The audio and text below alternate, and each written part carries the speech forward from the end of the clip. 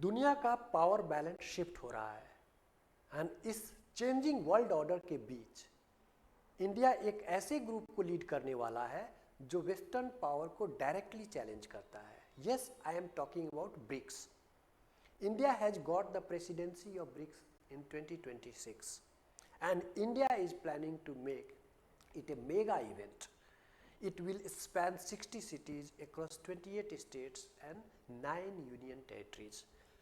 लेकिन क्वेश्चन ये है कि क्या ये सिर्फ मेगा इवेंट बन के रहेगा और it will shape the future of geopolitics.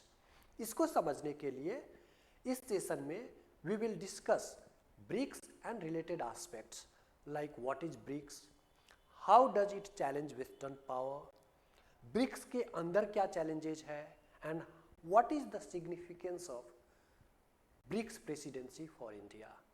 So first thing first, what is BRICS?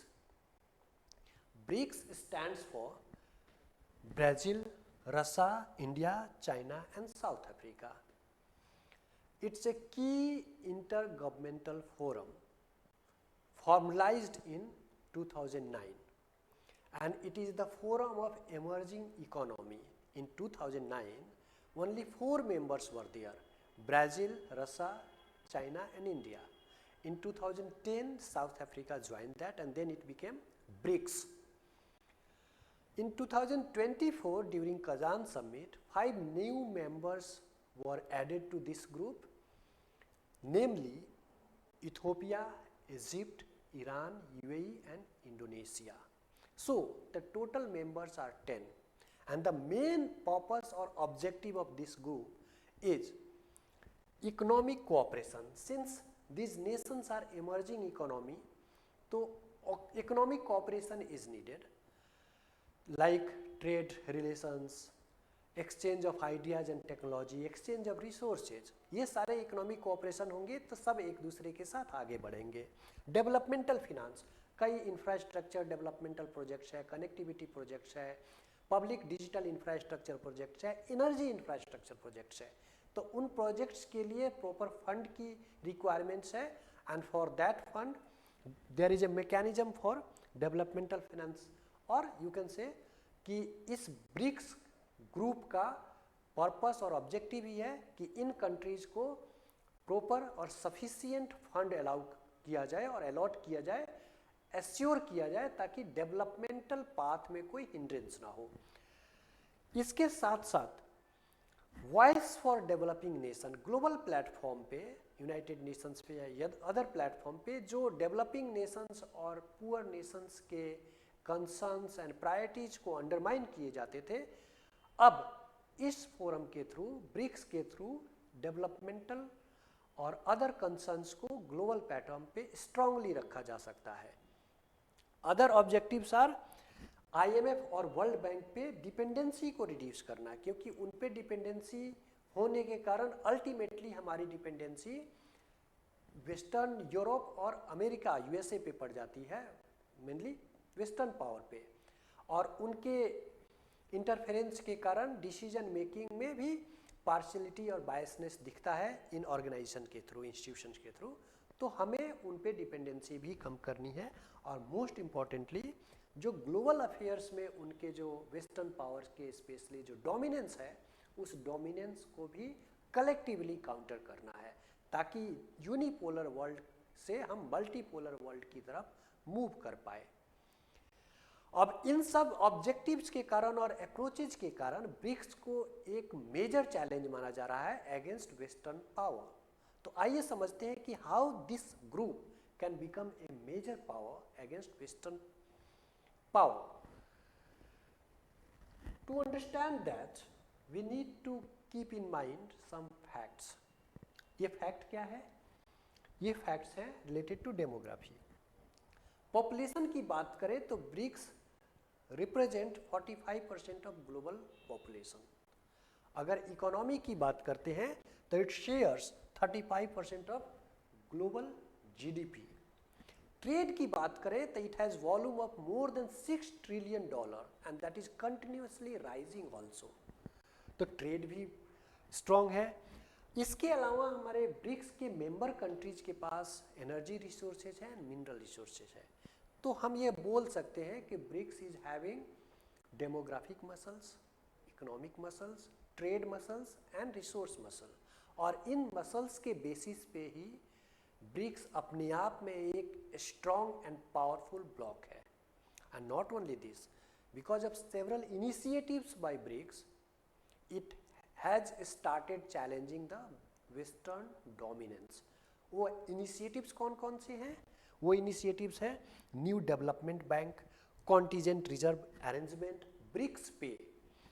In initiative के थ्रू अल्टरनेटिव जो फिनेंसिंग मॉडल आ गया है, डेवलपमेंटल प्रोजेक्ट को फिनांस करने के लिए एक पैरेलल फिनेंसिंग मैकेनिज्म्स है, फिनेंशियल क्राइसिस को एड्रेस करने के लिए हमारे पास रिजर्व फंड है ब्रिक्स के पास मेनली, या डॉलर पे डिपेंडेंसी कम करते हुए लोकल करेंसी में सेटलमेंट किए जाने लगे हैं। इन सब इनिशिएटिव्स के कारण वर्ल्ड बैंक, IMF और डॉलर पे डिपेंडेंसी कम हो रही है। And moreover, alternative and amplified voice for poor and developing country, specially global south. इस फोरम के थ्रू हम लोग इंटरनेशनल प्लेटफॉर्म पे, specially BRICS member African nations के और एशियन नेशंस के जो भी कंसर्न्स है, प्रायोरिटीज़ है, उनको स्ट्रांगली पिच कर रहे हैं। और इन सब के कारण इट इज़ बीइंग कंसीडर्ड कि ये ब्लॉक वेस्टर्न पावर के अगेंस्ट एक स्ट्रॉन्ग फोर्स होने वाला है, चैलेंजिंग फोर्स होने वाला है। But it does not mean कि ब्रिक्स के अंदर सब कुछ अच्छा है और it is a very powerful block. हम देखते हैं कि ब्रिक्स के अंदर क्या क्या चैलेंजेज हैं। Within BRICS there is a geopolitical rivalries. India और चाइना को ही ले तो इंडिया और चाइना के बीच में 3 फ्रंट्स पे बॉर्डर डिस्प्यूट है और हमारी आर्मीज एक दूसरे के सामने हैं। तो यहाँ पे बॉर्डर पे हमारे बीच में ट्रस्ट डिफिसिट है और डिस्प्यूट्स है। Not only this, Indian Ocean region की बात करें तो China is trying to increase its influence, और इसको काउंटर करने के लिए इंडो पैसिफिक रीजन में इंडिया वेस्टर्न पावर के साथ मिलकर क्वाड फॉर्म किया है, हिडन वे में ये चाइना को काउंटर करने के लिए।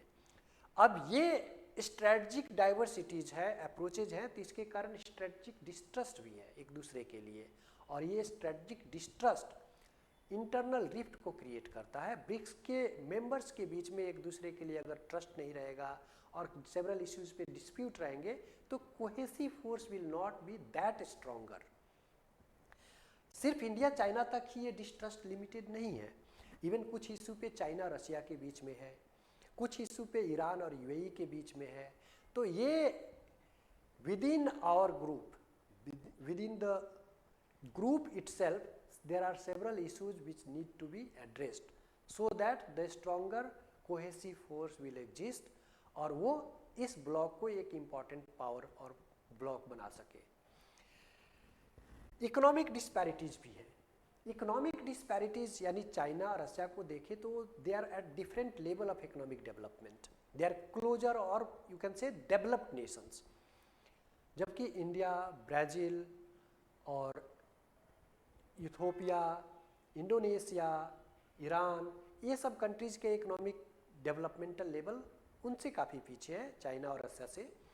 तो इनके डेवलपमेंटल प्रायोरिटीज़ डिफरेंट है।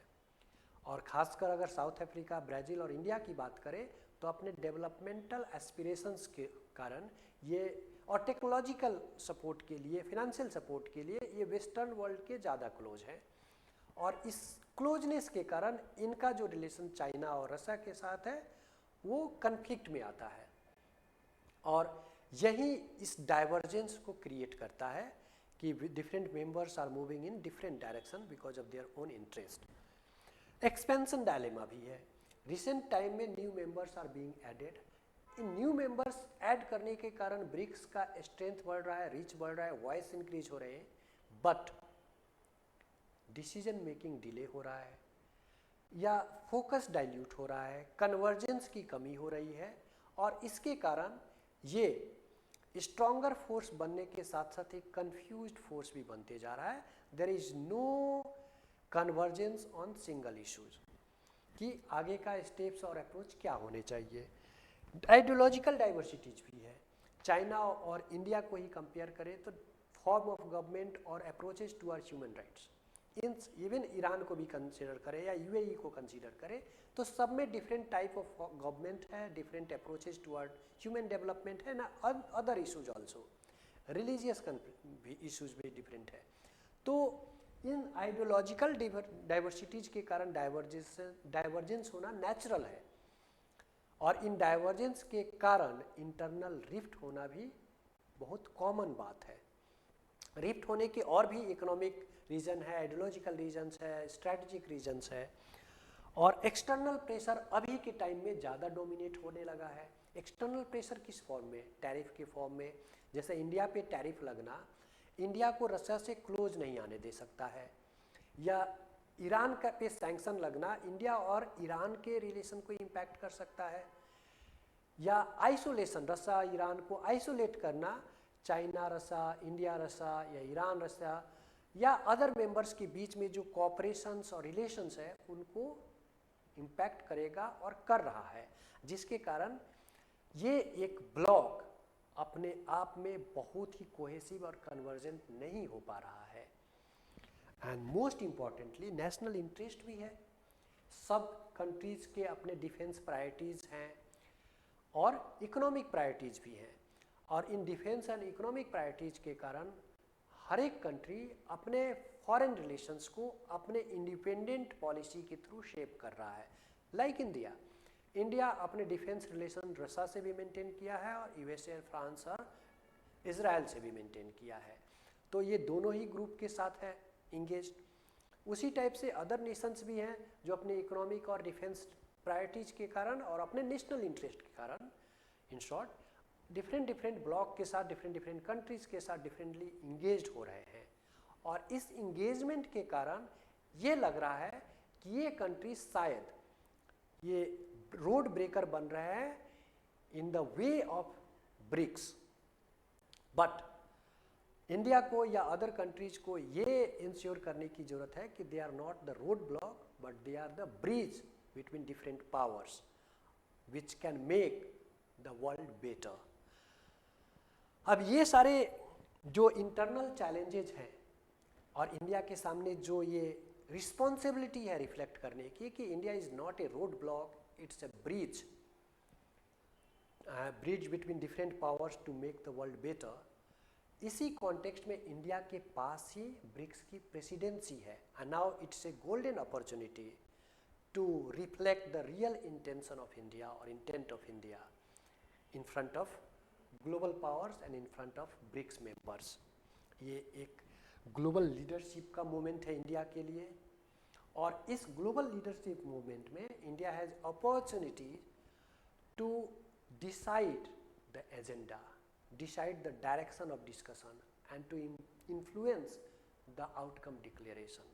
अगर इन सब बेटर एजेंडा के साथ, बेटर डिस्कशन के साथ और बेटर आउटकम के साथ इंडिया इस इवेंट को सक्सेसफुल बना पाता है, तो India can have stronger impact on geopolitics और future of the geopolitics. Not only this, India का हमेशा ये मानना है कि जो ग्लोबल इंस्टीट्यूशंस है, इंटरनेशनल इंस्टीट्यूशंस, वो 1945 के अनुसार नहीं चलने चाहिए, क्योंकि दुनिया बदल चुकी है, और इस बदले हुए वर्ल्ड में हमें इन ग्लोबल इंस्टीट्यूशन को रिफॉर्म करने की ज़रूरत है, कंटेम्पररी रेलेवेंस को इंश्योर करने की ज़रूरत है, और इसके लिए ये गोल्डन टाइम है इंडिया के पास कि मल्टीलेटरल रिफॉर्म को पुश करे। एंड इसके साथ साथ जो डेवलपमेंटल एस्पिरेशंस है ब्रिक्स मेंबर्स के एंड या other African and Asian countries के, उन डेवलपमेंटल एस्पिरेशंस को भी एक दिशा दे by mobilizing fund, by mobilizing technology or by inviting global powers to support their developmental activities. इसमें हमें infrastructure development, energy infrastructure development, digital infrastructure development या connectivity related infrastructure development को support देने की ज़रूरत है थ्रू दिस प्लेटफॉर्म, ताकि world के पुअर कंट्रीज और डेवलपिंग कंट्रीज को भी एक बेटर सुविधा मिल सके, उनके सिटीजन्स को भी बेटर और कंड्यूसिव एनवायरनमेंट मिल सके for sustainable living. And the most importantly this is the golden opportunity for India to amplify the voice and concerns and priorities of global south on global platform। अगर India ऐसा कर पाता है तो India will be in a position to establish itself as a strong geopolitical force. But साथ साथ हमें ये भी समझने की जरूरत है कि ग्लोबल प्लेटफॉर्म पे इंडिया का मजबूत होना तभी मीनिंगफुल है जब इस मजबूती का फायदा आम लोगों तक पहुँचे, जो नीडी हैं उन तक पहुँच पाए। क्योंकि ब्रिक्स में इंडिया का रोल सिर्फ पावर दिखाना नहीं है, ब्रिक्स में इंडिया का रोल है बैलेंस बनाना, ब्रिज डेवलप करना, ट्रस्ट बिल्ड करना और डेवलपमेंट को डायरेक्शन देना, और वो भी रिस्पॉन्सिबल वे में, considering in mind the sustainability and resilience adaptation. किसी भी फोरम पे और किसी भी कंट्री में या किसी भी प्लेटफॉर्म पे लीडरशिप का मतलब सिर्फ स्ट्रॉन्ग और लाउड होना नहीं होता है। लीडरशिप का मतलब होता है रिस्पॉन्सिबल होना, and this is the time to show that responsibility in front of world. Thank you.